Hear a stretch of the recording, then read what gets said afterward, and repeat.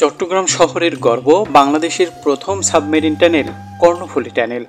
হাজার হাজার কোটি টাকা খরচ করে চীনের সহায়তায় তৈরি করা হলো এই আধুনিক যোগাযোগ ব্যবস্থা। কিন্তু প্রশ্ন হলো, এই টানেল কি সত্যিই আমাদের কাজে আসছে? কর্ণফুলী নদীর নিচ দিয়ে নির্মিত এই টানেলটির দৈর্ঘ্য প্রায় 3.4 কিলোমিটার। এটি পূর্ব ও পশ্চিম চট্টগ্রামকে সংযুক্ত করে, যার লক্ষ্য ছিল যানজট হ্রাস ও শিল্প অঞ্চলে দ্রুত সংযোগ স্থাপন। বাংলাদেশে এই মেঘা প্রকল্প মুখ থুবড়ে পড়েছে। আয়ের তুলনায় এই প্রকল্পের দৈনিক ব্যয় 27 লাখ টাকা বেশি।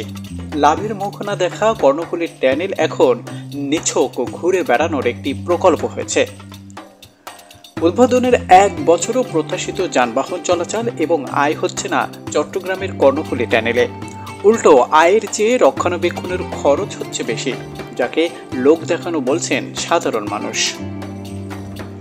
সাধারণ মানুষের ভাষ্য, এখন তো এই টানেল ব্যবহার করে অনেক কম গাড়ি যাতায়াত করছে, কিন্তু এটি রক্ষণাবেক্ষণের ব্যয় হচ্ছে অনেক বেশি।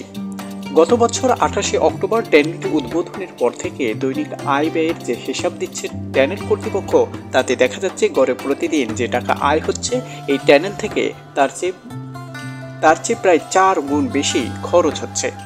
এই প্রকল্প কেন এত লোকসানে গুনতে হচ্ছে তা নিয়ে এখন প্রশ্ন উঠেছে।